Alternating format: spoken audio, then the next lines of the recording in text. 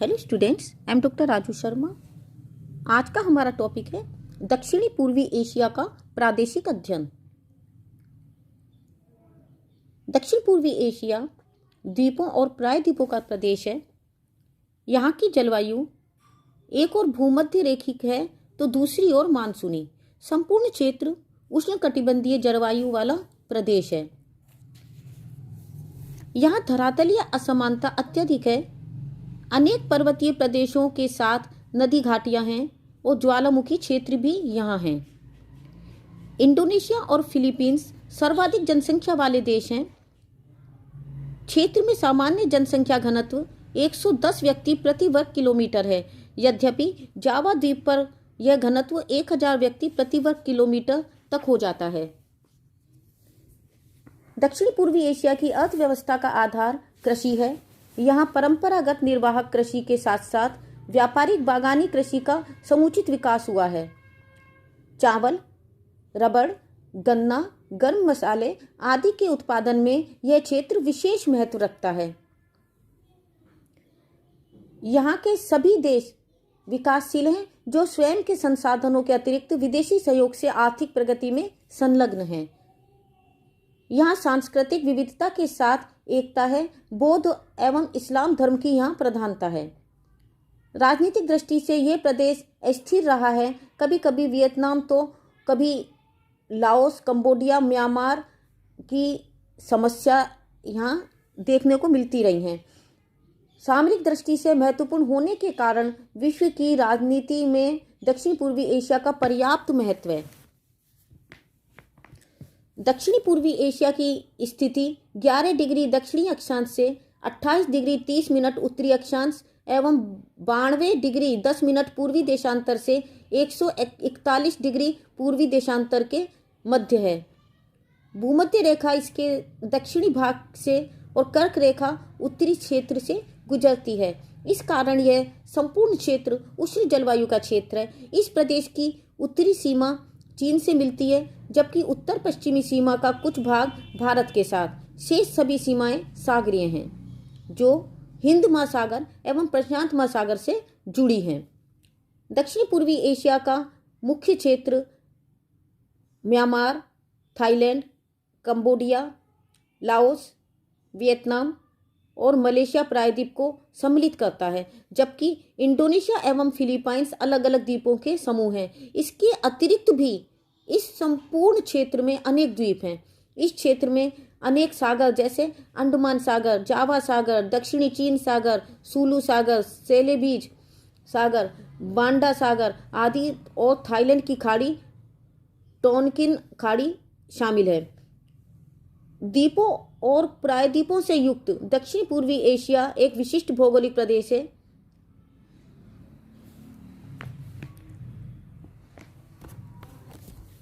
दक्षिणी पूर्वी एशिया के मुख्य स्थल को बर्मा मलाया पंखाकाल क्षेत्र का नाम दिया गया है।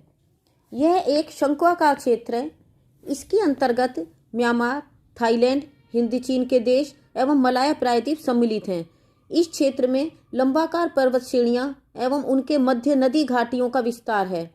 पश्चिम में अराकान योमा श्रेणी है जिसका क्रम अंडमान निकोबार तक चला गया है। मध्यवर्ती श्रेणी सीधी मलाया प्रायद्वीप के दक्षिणी भाग तक चली गई है, जबकि पूर्वी श्रेणी इंडो चीन के निकट घुमावदार हो गई है। पर्वत श्रेणियों के मध्य इरावदी, चिंदविन, सालविन, मेकांग आदि नदियों की घाटियां स्थित हैं। इस क्षेत्र का पंखाकार स्वरूप इन्हीं श्रेणियों एवं घाटियों से बना है, जिनका केंद्र तिब्बत का दक्षिणी पूर्वी छोर है। शान का पठार एवं उसका पूर्वी भाग प्राचीन पर्वत निर्माण प्रक्रिया का परिणाम है, जबकि पश्चिमी श्रेणियों का उद्भव टर्शियरी यानी कि नवकल्प काल का है। इस प्रदेश की पर्वत श्रेणियों में अराकान योमा तथा अन्नामाइट श्रेणियां प्रमुख हैं। इनमें बहुत सी पर्वत चोटियों की ऊंचाई 3300 मीटर से अधिक है। म्यांमार की विक्टोरिया चोटी, लाओस की भूबिया चोटी के निकट तक है। अराकान योमा टर्शियरी वलन श्रेणियां हैं। चिंदविन नदी के पूर्व में कुमेन बूम और दक्षिण में पंगु योमा की सीमावर्ती निचली श्रेणियां हैं। अन्नामाइट श्रेणी मेकांग नदी के पूर्व में अंग्रेजी अक्षर एस के आकार में फैली है। प्रमुख नदी घाटियां हैं इरावदी, सालविन, मेकांग, शोनधोई, चिंदविन नदियों द्वारा निर्मित घाटियां। पर्वत श्रेणियों और नदी घाटियों के अतिरिक्त इस क्षेत्र में पठारी भाग भी स्थित है। शान का पठार सालविन एवं इरावदी नदियों के मध्य स्थित है। इस पर मुख्यतः पर्वतदार शैलें हैं जो परिवर्तित हो गई हैं। कोरात वेदी एक निचला हिस्सा है जो मेनाम और मेकांग नदी मैदान से ऊंचा हो गया है। सुंडा वेदी हिंद चीन के दक्षिण में मलाया से बोर्नियो तक का विस्तृत क्षेत्र है। दक्षिण पूर्वी एशिया में ज्वालामुखी के अनेक शिखर हैं। यहाँ बहुत से ज्वालामुखी फटते रहते हैं और भूकंप आते रहते हैं, परंतु बोर्नियो द्वीप एक ऐसा अपवाद है जहाँ ज्वालामुखी नहीं फटते। इंडोनेशिया द्वीप की सबसे ऊंची केरिन्सी एक ज्वालामुखी शिखर है। फिलीपीन के ज्वालामुखी पिनाटुबा में अनेक बार विस्फोट हो चुके हैं। दक्षिण पूर्वी एशिया की जलवायु उष्णकटिबंधीय है जिसमें वर्ष भर उच्च तापमान और उच्च आर्द्रता रहती है। यहाँ की जलवायु में दो प्रदेश स्पष्ट हैं। प्रथम विषुवतरेखीय जलवायु प्रदेश और दूसरा उष्णकटिबंधीय ग्रीष्मकालीन वर्षा यानी कि मानसूनी जलवायु प्रदेश। विषुवतरेखीय जलवायु इंडोनेशिया एवं दक्षिणी मलाया में है। यहाँ वर्ष भर उच्च तापमान 27 डिग्री सेंटीग्रेड रहता है और तापांतर 2.5 डिग्री सेंटीग्रेड होता है। इस प्रदेश में प्रतिदिन शाम के समय संवहनिक वर्षा होती है जिसका वार्षिक औसत 150 सेंटीमीटर होता है। इंडोनेशिया में वर्षा का औसत 200 सेंटीमीटर है। सबसे अधिक वर्षा सुमात्रा द्वीप के पडांग क्षेत्र में होती है जो लगभग 500 सेंटीमीटर है और अल्प वर्षा द्वीपों के उत्तरी भाग में लगभग 120 सेंटीमीटर होती है। मानसूनी जलवायु Myanmar, Thailand, Cambodia, Laos, Vietnam और मलाया के उत्तरी भाग और उत्तरी फिलीपींस में मिलती है। यहाँ भी उष्णकटिबंधीय जलवायु है जो ऋतुओं के साथ परिवर्तनशील है। ग्रीष्मकाल में औसत तापमान 22 डिग्री सेंटीग्रेड एवं शीतकाल में 10 डिग्री सेंटीग्रेड रहता है। वर्षा मुख्यतः ग्रीष्मकाल में होती है किंतु शीतकाल में पूर्वी मानसून से भी वर्षा होती है।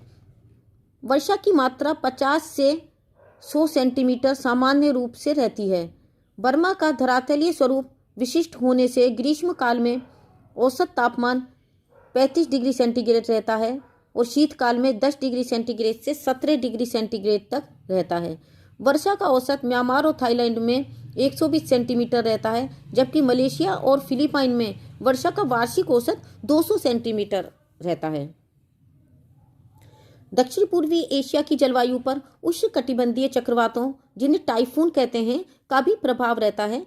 टाइफून का प्रभाव फिलीपीन और वियतनाम पर होता है। ये अत्यधिक तीव्र गति के होते हैं, साथ ही इनसे वर्षा भी होती है। संपूर्ण दक्षिण पूर्वी एशिया की जलवायु पर सामुद्रिक प्रभाव भी स्पष्ट रहता है।